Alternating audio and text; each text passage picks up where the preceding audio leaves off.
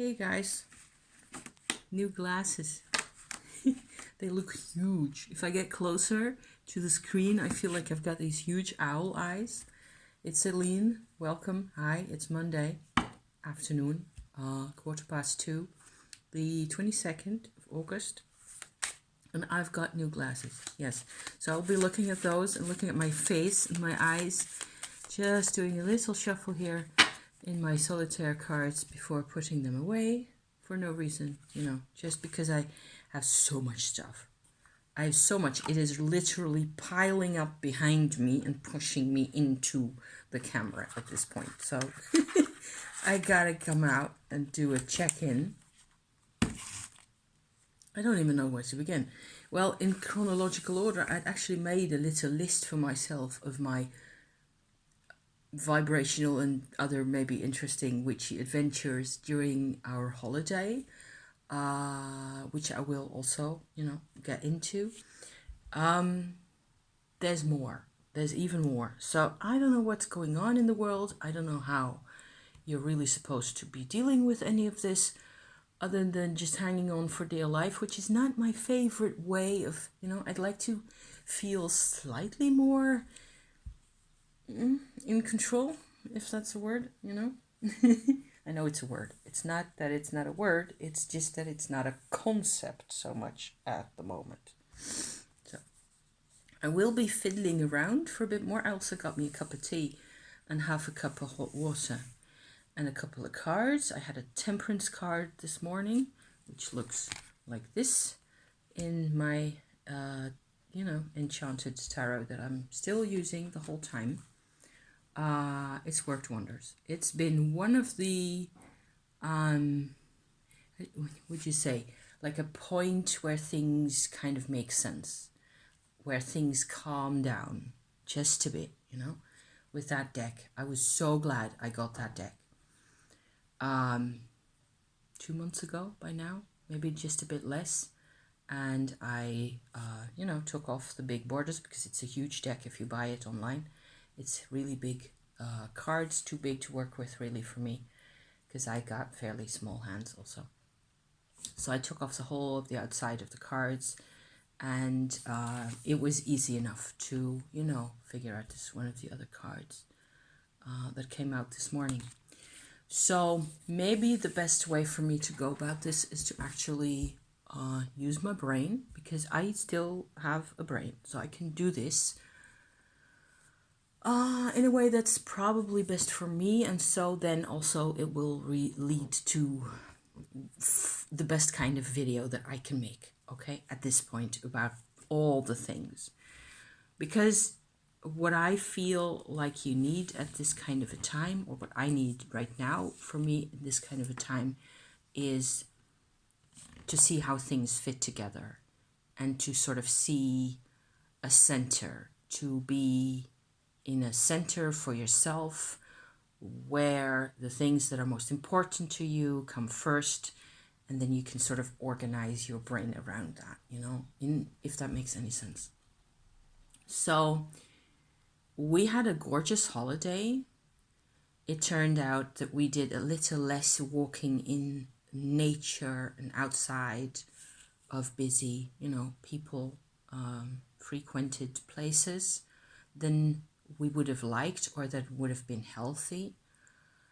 We were in the south of France and in the part of Italy that is adjacent to France, so just along the border like that, for a week each. So it was quite hot also, especially the first week was really hot. And the parts that we spent down in the valley, which was quite a bit also, in the Alps, it was also everywhere it was 30 degrees. This week it turned out to be 30 degrees plus in this country as well. We've had a really hot summer so far. So global warming is definitely, coming home to me. I'm realizing that is definitely a thing. And kind of, looking forward to autumn a bit more, just like a lot of people. Messing with my crystals here. I've got a couple of crystal pendants here that tend to have a combined effect of also, bringing me back to myself a bit more. And this is a combo of garnet and desirite, which is a grounding kind of stone. Sorry for the airplane noise, can't help that. And a black obsidian, like so. The three of these together, they work for me. This works really well for me to just sort of, it's like from three sides, I get this kind of a sort of a bit of a jiggle inside of things moving, each settling in, into parts of me settling into the proper place instead of being poo, which is what was happening most of the day today. Okay, because, so I got back from my holiday nearly a week ago already. I uploaded a couple of little holiday bits and pieces right there, which was fun, and it was fun to record. And we had a nice holiday in the sense that we learned, or sort of learned again, that we are actually quite capable of changing our plans, which isn't bad, once you're in a place and turns out that your camping site's either full or it doesn't exist anymore, or they're refurbishing, and you have to just, at 7 o'clock in the evening, figure out where it is that you're going to go and stay the night, and you've already driven a couple of 100 miles and you're exhausted and hungry and snappish at each other. That's it tends to be a bit of a challenge, but we faced those a couple of times and it was just fine. And we found the way doing, using Google Maps and things like that, which has great intel. So it was hot. We were still very busy. We were in a part of France that was really new to us, to me also. We'd never been there before, and it is, if you picture France like this big hexagon like that, you could say we were splat in the middle of the southern part, but not close to the Mediterranean at all. We were in the hills, further in quite a bit, and there's ancient volcanic terrain there that is just gorgeous. Okay, so there's this whole department, a whole huge area really, where you have quite large areas spread out everywhere where there's volcanic ground. The earth is volcanic rock, basically, of some type or other. I don't really know anything about the type of, other than what you just tend to see on TV or so from volcanic rock. I know there's basalt, which is a very tough black type. This surface area that we were in the town we were in, and etc., that had these spikes of volcanic rock, that was not basalt. It wasn't tough enough. It was crumbly but dark brown also in color. So it was quite different from basalt. So I don't really know enough about the chemistry of those kinds of things. You could feel that the rock in the area around you had a very different vibration compared to, say, for example, the granite in the Vosges Mountains or in the Alps that I visited a lot of times. This was really a completely new and very special kind of vibe for me to be visiting. And I knew this beforehand, kind of, in a way. And we went to that particular town, Le Puy-en-Velay, to get to know this area really, And it was actually one of the very few times that we got to visit, because I used to live in Provence, which is further east from where we're staying now, and a bit further south. I got back because I used to live there, we came back to the areas that I used to know much more often, and there's a lot I could tell you about that, but I also have occasionally, referenced that area and those times. At this moment, it was much more like, okay, so it looks like we're more or less out of the pandemic years. At least the past 2 years, we weren't really able to go on holidays. We went, but it was much more restricted, and we limited ourselves both in 2020 and in 21 to areas that we knew really well, that we sort of could predict that it was going to be safe for us to be camping and to feel more or less okay, I still managed last year to mislay my phone, this phone, which I just happened to manage to mislay it in a chapel where, after a bit of discussion back and forth, I managed to phone the community, the what's that called, the the central, you know, kind of a the the officials in that area where I lost my phone, and they went and got my phone for me and they sent it to me eventually. It took weeks and months to get back here, but it was a lot of stress. So I managed to keep my stress levels up myself quite all the way, you know, all through those years. And by now I was really I was feeling a bit better. I think we did fairly well because, well, we've been really lucky in the sense that financially we're doing rather well at the moment compared to earlier years. Certainly we're doing really well. And so that means that we've been able, as soon as we got out of lockdown and out of the whole pandemic, the immediate threat of the pandemic, you know, as soon as we got out of that in the early springtime, we went for trips. We had 2 trips already this year, which is huge for our, you know, normally we go maybe do one trip through the year, and then we have a summer holiday of 2 weeks, and that's it, really. We don't go out that much because we're often very busy. My husband's work, you know, his load is huge, and so one other aspect was that he had this massive job that he needed to get done over the springtime, so that took him nearly, well, all of 6 months really to get that job all sorted and fixed. You know, he's in accountancy business, and he had this client who had a number of shops that they had to do a lot of backlog of years of administration for, and it was a huge mess, and he just needed to sort that all out. He didn't do it alone, of course, but it was still a lot of responsibility, and he managed it to get it finished just before leaving at the end of July. So that was cool.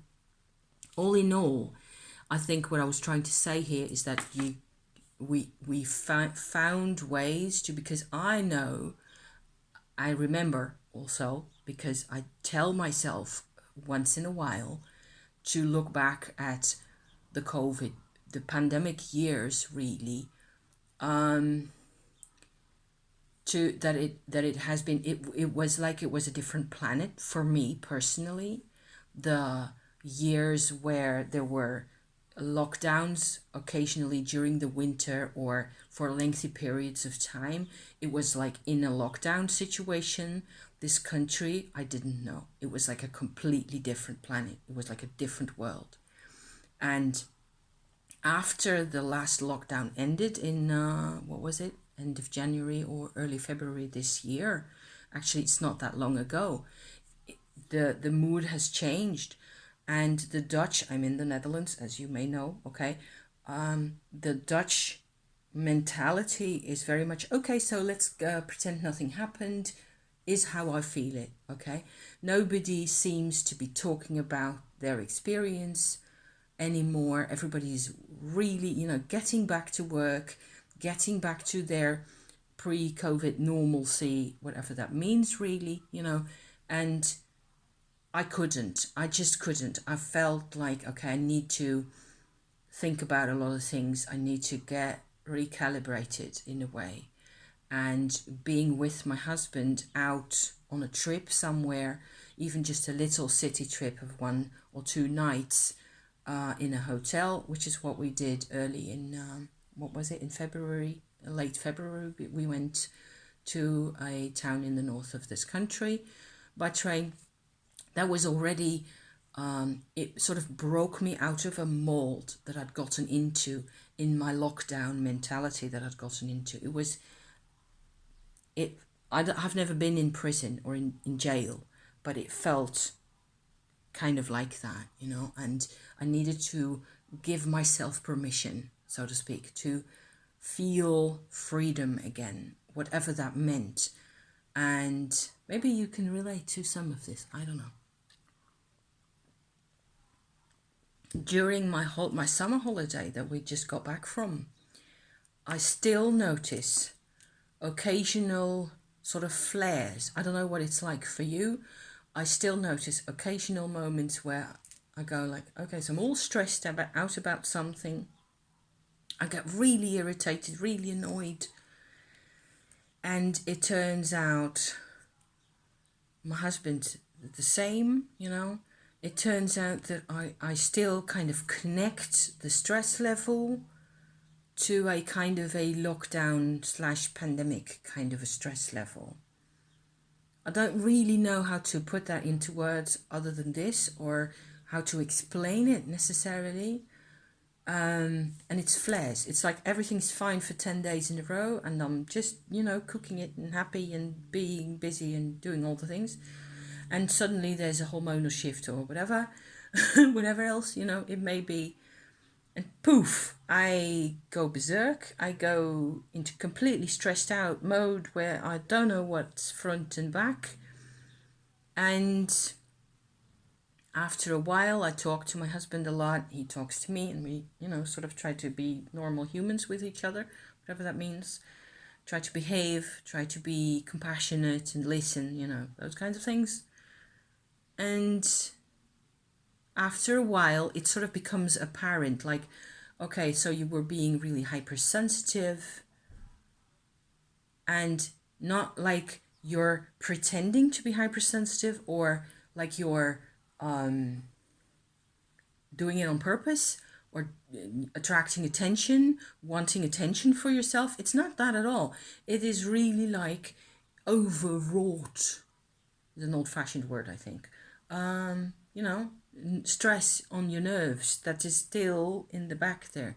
No matter how healthy you eat, no matter how much, except walking in the forest tends to really help. Okay, so last Saturday, 2 days ago, we actually had a decent long walk in the forest for the first time, and we harvested mushroom. Yes, I harvested some chicken of the woods mushroom, which is these large yellow-orange sort of blades of huge, beautiful mushroom that grows out of wood.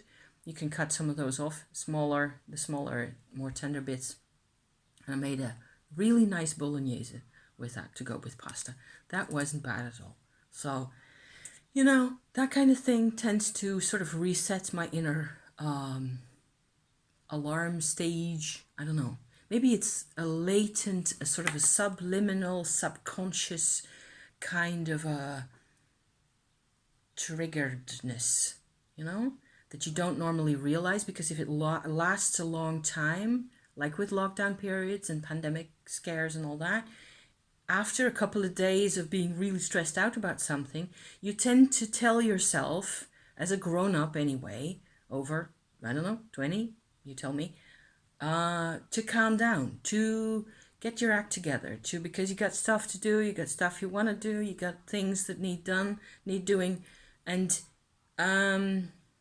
you can't just feel that, you know, eked out the whole time for months on end, which I know people have also done. And so what I do is I suppress the sensations of feeling stressed out, I suppose, basically. Yeah. So in this whole context, I wasn't going to go on about the pandemic for this long, but okay. Apparently it has everything to do with everything. I felt that it was going to be really restorative and sort of vibrationally invigorating and interesting and enlivening to visit this particular part of France.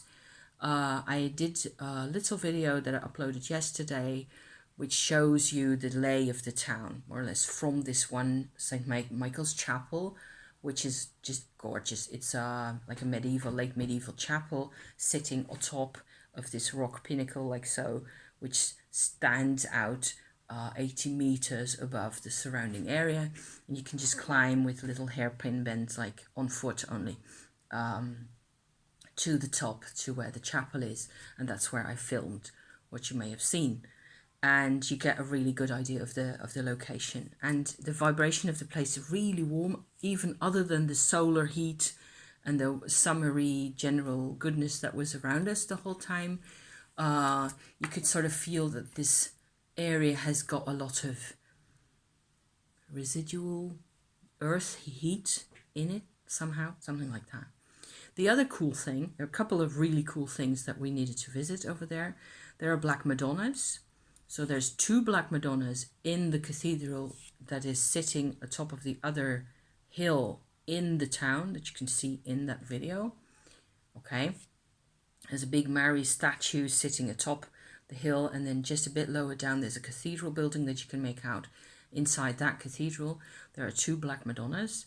And Black Madonnas, I've even been having this huge fun corresponding and working with a woman who's on the other side of the planet, who's got a website that I will link in the description, about Mother Mary related subjects.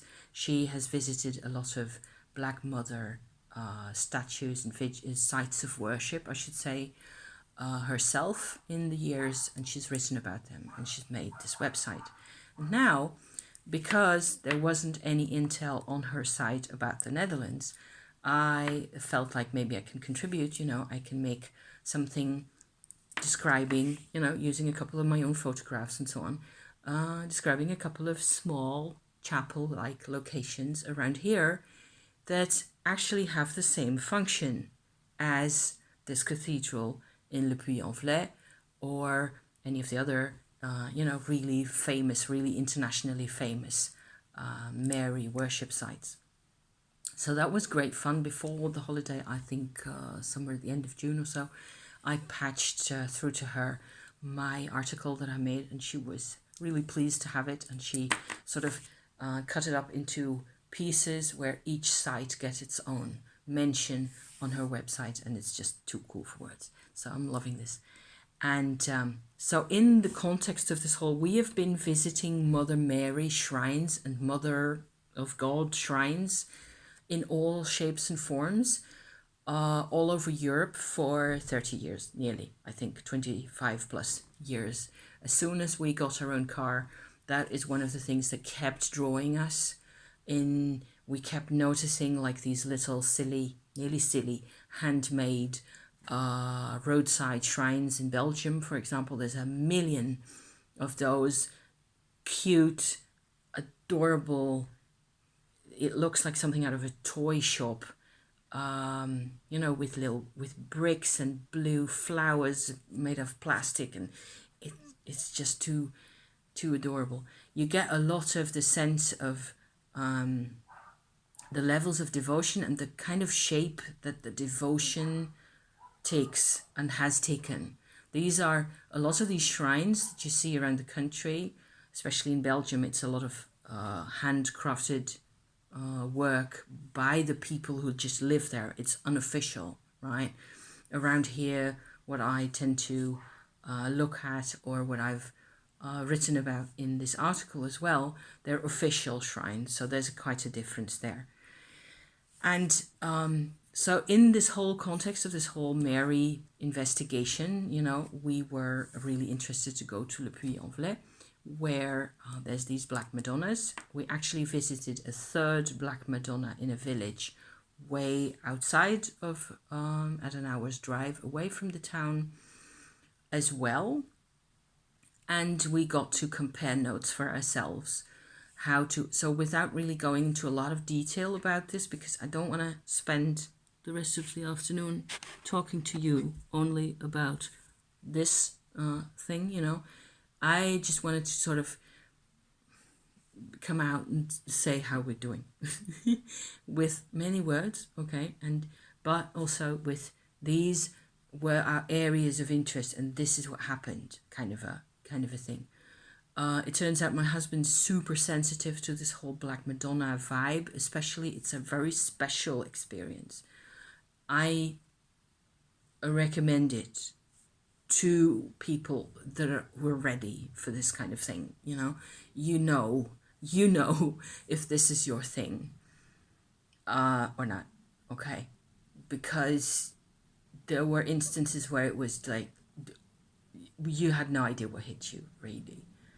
in the cathedral in Le Puy-en-Velay, besides these two Black Madonna figures that were actually in a really different, interesting, different position in the building and getting a different kind of interaction with the people because of that as well. It was kind of interesting. Besides all that going on and hundreds of people flocking around, this is a big place.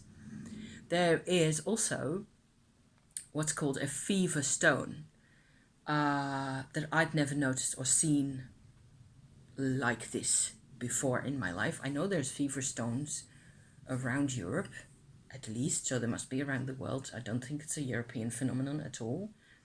This is a very flat, like, it must have been cut to this shape at some point, or at least whittled down slightly. Slab of black, maybe basalt, like stone, shiny-ish. It has a grey sheen over it.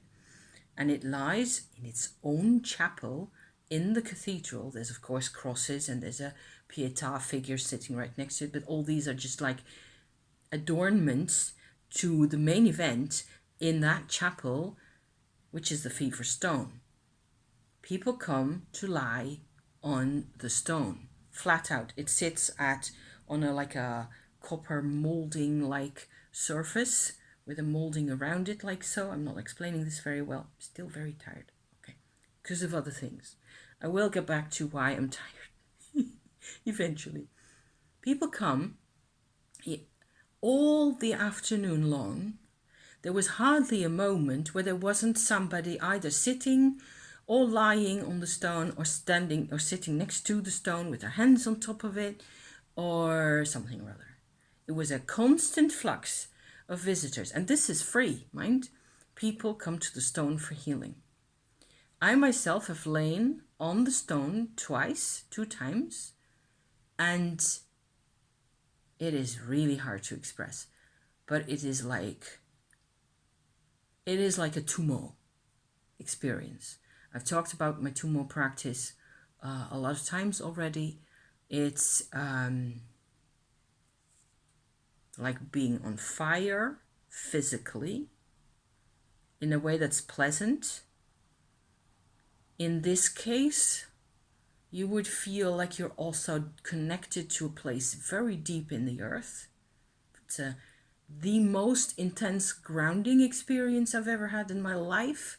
Nothing I could make up myself, is ever like that. It is so powerful. I've become really sensitive to this kind of vibe because of my Tummo practice. That's obvious. Point number one, I've become super sensitive to this kind of vibe especially. Number two, this kind of object, especially in this kind of setting, but also probably without the setting creates a really safe space, which works wonders for the experience, okay? But the experience is way stronger than anything you can conjure up yourself, anything you can make yourself see or feel. It goes way beyond that. And point three, my Tummo experience allows me to handle that, allows me to deal with that, with the bigness and hugeness of the experience that goes way beyond anything I can cook up myself. But, there's a but attached to point three, it takes some aftercare, if you like, and I haven't gotten any of that done. Which is more or less the MO of all of 2022. I don't know what it's like for you guys, but for me it's been like this massive adventure, vibrational and otherwise, and tears and emotion and confrontational, and 2 days of just basically being a zombie and sleeping a lot and getting your toxins out of your system. And boom, there's the next episode of this glorious, great, incomprehensible adventure that we call life. So, yeah. So, fast forward, okay? I'm just giving you my descriptions and a couple of little elements here and there. I can sense it is doing me good. So maybe this is goodness that we can share. Hallelujah. The Le Puy-en-Velay location is glorious. We were in a camping site not too far away. We could see, I've seen the cathedral 4 times with the black Madonnas. We had such, it was extraordinary. We had great meals as well because French cooking, oh, you know, excellent. I was in paradise most of the time. From there, as the next heat wave was moving in towards this part of the country, we moved out east across the Alps, mostly by highway. It was hot, hot and hot, you know, on the highway. It was, nothing helps really. You have to just keep hydrating and keep at it. Find a camping site.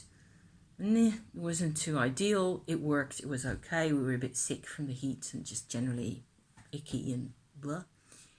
The next morning, I recorded what you may have seen as the stone circle at the border pass between France and Italy that we crossed, the Saint Bernard, the small lesser Saint Bernard Pass.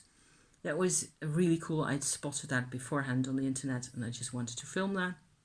So got that done, got that uploaded. Hallelujah, this time it actually worked, my whole thing. Instead of me deleting my videos because I wasn't mindful, you know, which happened one time.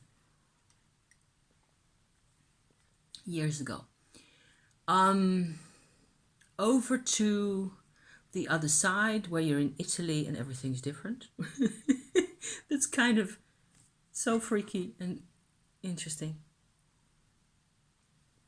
But there's fairly big mountains in between. It's 2,500 meters at least. That's, you know, up there. And they're big and huge. And they take up a lot of space. 3 ways of saying exactly the same thing.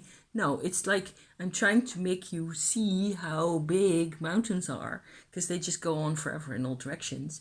And so if you manage to find a pass over to the other country that's on the other side, by the time you get there, you're an hour at least further down in time. You get this mountainy communities that are there, little villages that often are very touristy. There's lots of tourists. Okay, so there was a gazillion people all over, everywhere. We got to Aosta, which is a place, a town, fairly, I don't know, small, I suppose, town with a lot of historical context and Roman walls and Roman stuff everywhere, and also loads of nice, cute, ordinary Italian shops and Italian tourists. So Italian tourists in the mountains, they have done the same kind of traveling also in order to see the same kinds of things and buy the same kinds of goods for hundreds of years. They're extraordinarily traditional in their approach to holiday making. They expect their mamas to make the same kinds of gorgeous meals always, and so there's a lot of shopping involved, and Aosta gives you plenty opportunities to do that. Also in the middle of town, in the old shops, you can get you know, lovely fruit and vegetables and all that, pasta of course, and cheese and ice cream, and it was just fantastic. So we went there a couple of times. We were at a camping site way up in the mountain that we last visited in 2004, which I've already mentioned. So that was great fun. It was all still there. It was the caretakers were new people, and everybody was exhausted, and it was really busy, and there were lots and lots of people and lots of kids, but it was still managed. You're in the middle of the forest there, and it was fairly, you know, pleasant. And certainly at night times were really quiet, and I heard ravens early in the morning, just before dawn, before daybreak, when it was actually still dark, a few times while we were staying there. So that was kind of cool. If there's ravens in those kinds of areas, it means it's the numbers of people are not that high. Because when there's too many people, the ravens quit. Okay, they just move over to where it's quieter. So that's generally a sign. The big experience, vibrationally and otherwise, that we had in that area, because there was another one, was that we had truffles. Let me see how far in I am. Change my Look, okay, 35 minutes. I personally can still live with this. We had truffles for lunch. Pasta. Did I have pasta? No, I had some kind of pastry made, puff pastry kind of thing with bolete mushrooms and truffles. Really raw, you know. There was like a whole truffle, like a big old truffle shared between the two of us, okay? So we had a mushroom experience, it turns out. The crazy thing was that we enjoyed our meal. It was awesome. It was glorious. We just had mineral water with that, and we had a nice dessert afterwards and a cup of coffee, and then we went out again, continued our shopping. It was still very hot, blah, blah, blah. So take everything really easily. Bought some stuff for dinner. It was, I don't know, it was just all very chilled out. We got home, we made ourselves something to eat, something fairly, reasonably modest for around 7 o'clock in the evening or so. And washed up and had a cup of tea and then went to bed. And it was only as I was lying in my bed, in my tent, in my sleeping bag, that I realized what the tartufo, the truffle, was doing in my system still.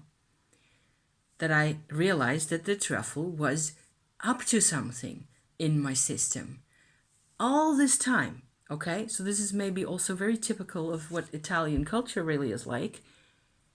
Busy, busy, busy, busy. Whole circus, people, yada, yada, yada, yada, yada, the whole bloody time. You lay down in your bed. This is, 7, 8, 9 hours after I actually had the truffles for lunch, okay?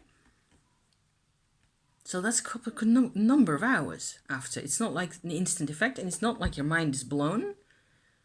You do not notice you do not see prancing little elves, machine elves, or hear weird language, or start to see the walls coming, glooping and melting and all that kind of stuff. None of that. It is not a psychedelic mushroom, the truffle, the black, with the black outsides and they're pale on the inside. It's an Italian black truffle, okay? It's not even that expensive.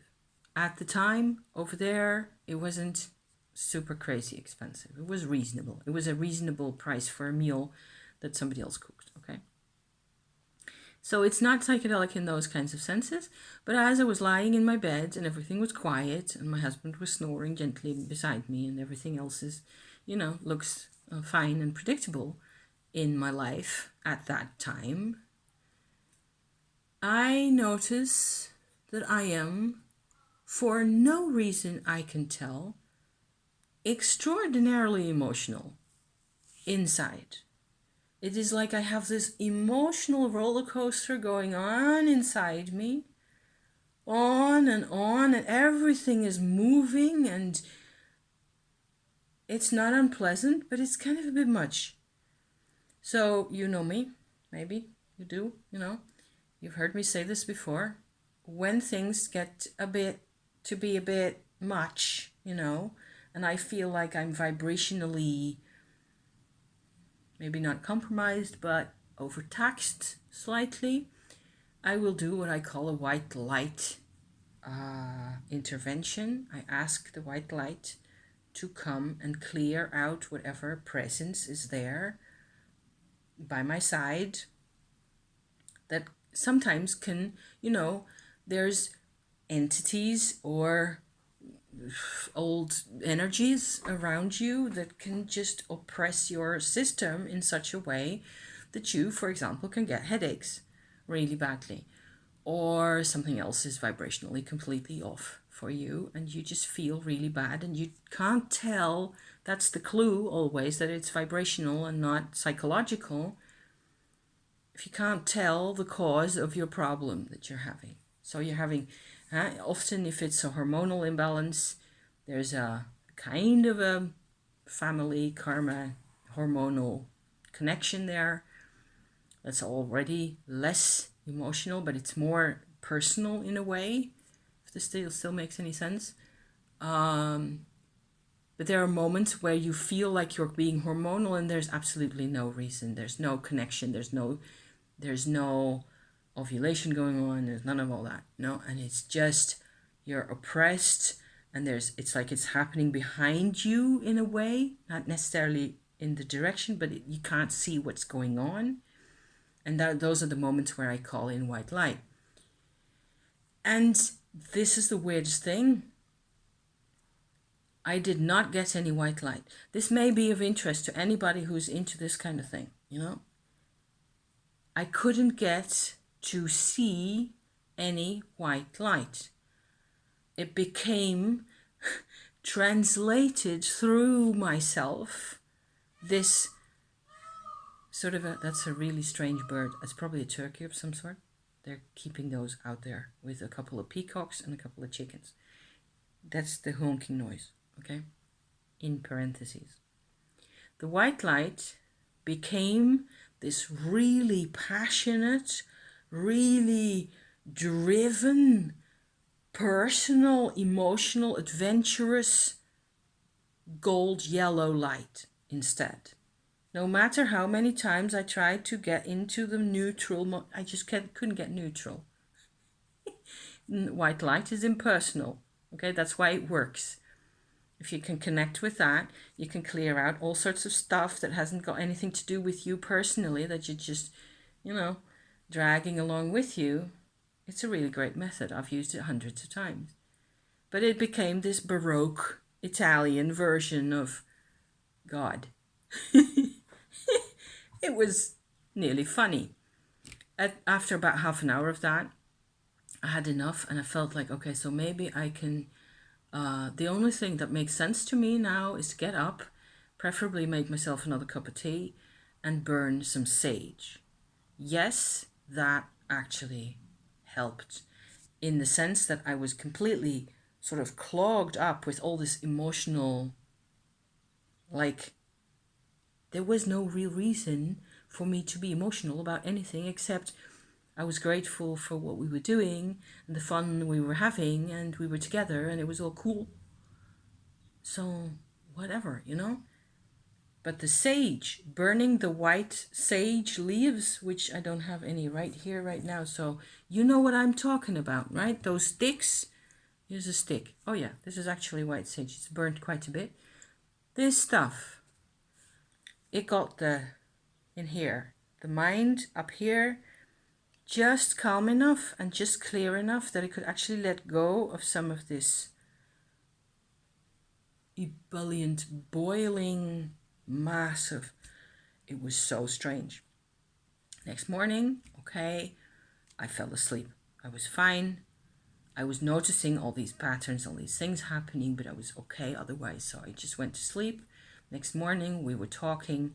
My husband had a series of extraordinary dreams. He'd had the same kind of meal as I had. Maybe he had slightly less of the tartufo, I'm not sure. He had certainly pasta with it, which was a bit sturdier. So maybe... Anyway, he doesn't do the tumo the way I do. He does some, but not the same levels or the same amount that I do. So his connection to this adventure was slightly different.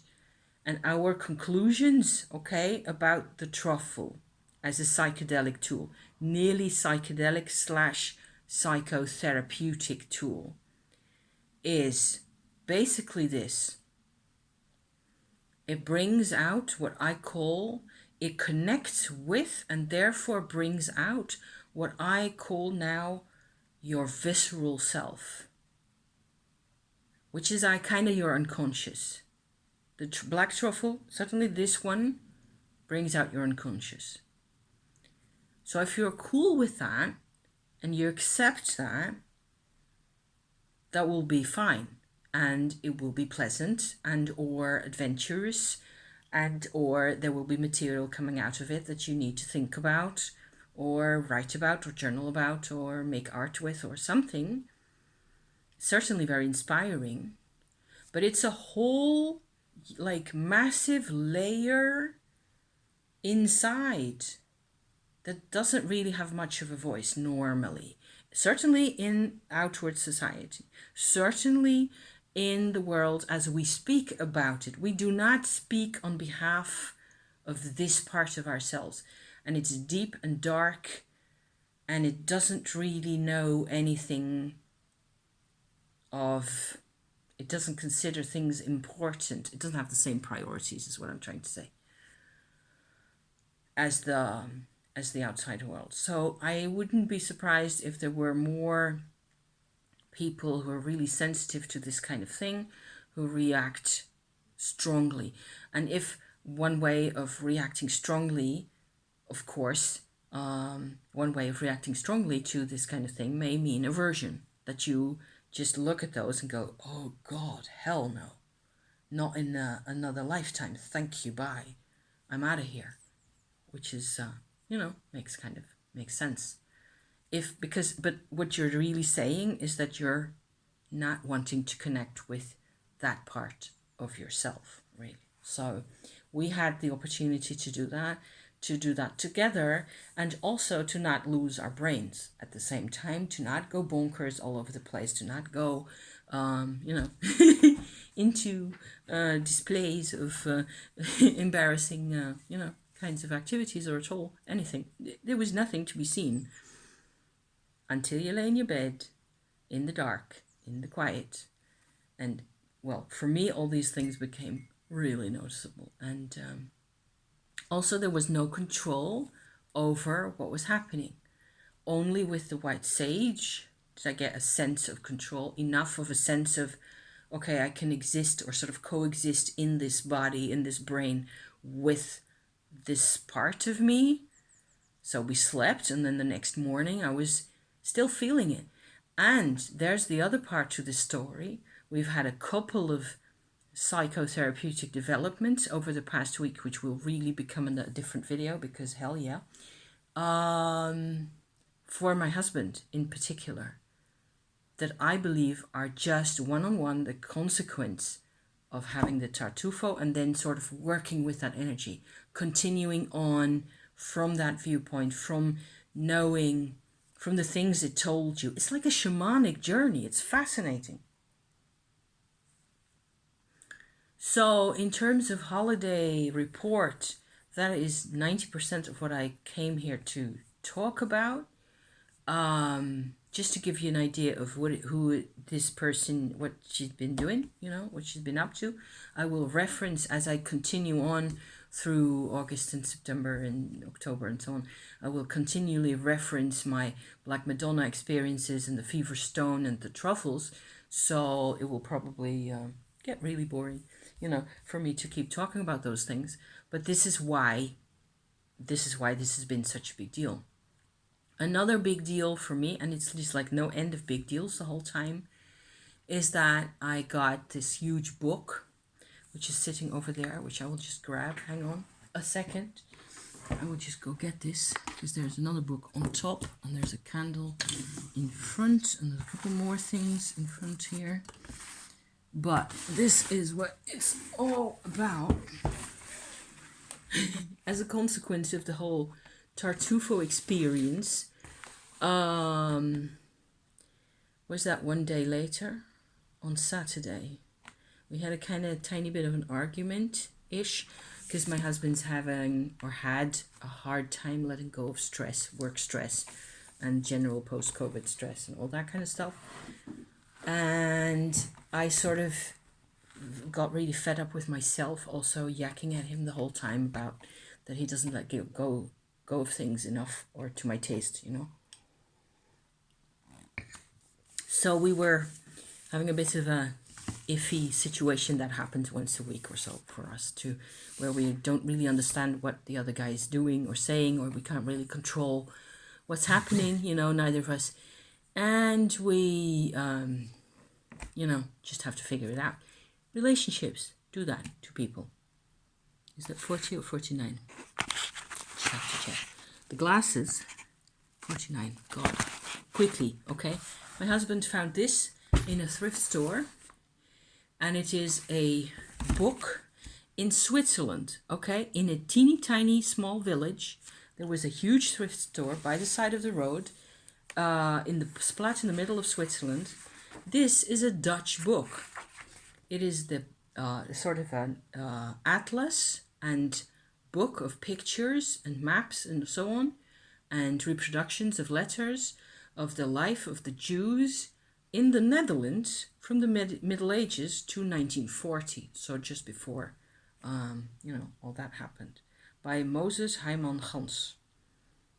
A Dutch book of this size, so he bought that for 20 euros for me, and I have been leafing through it, and there's actually 2 mentions of my family name in here. So I've been going back into family tree genealogy research things, and especially the earlier bits, because I know a bit about some of the people, at least, who got lost in the concentration camps in World War II. There's a few of those. But I'm also really interested in the older times, because part of my family, they were a circus family, is what I'm a descendant of.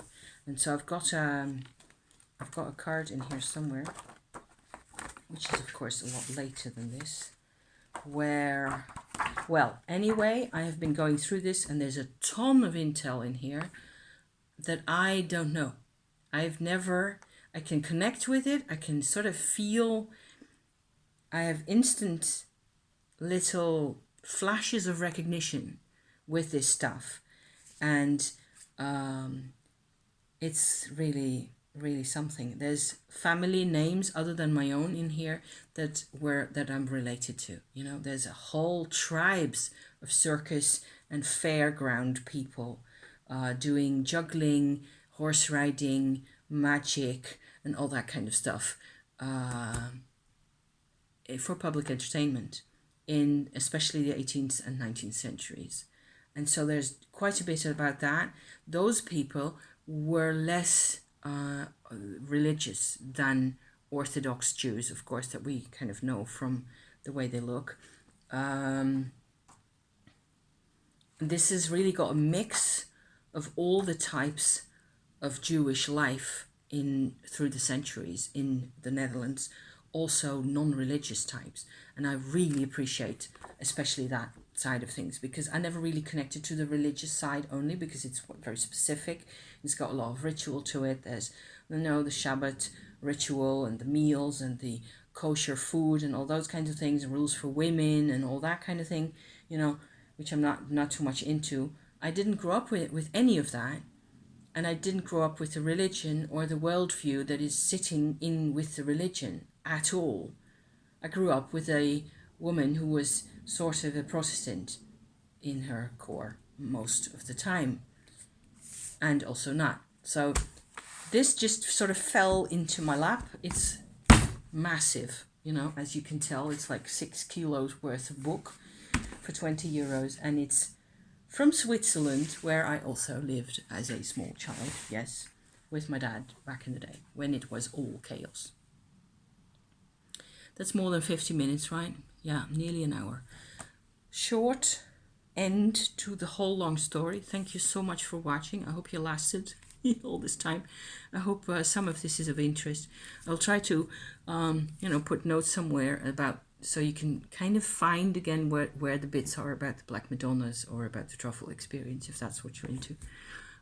We had a lot of fun, and when we got back home, it's always great to get your laundry done and hoover the house and be in your own place again, where just a couple of weeks before I was so ready to go here. So yeah, I'm really glad to be home now, and back into making videos, making content, and seeing what we have learned, really. Thank you for watching, and see you next time soon. Okay, ciao for now. Bye bye.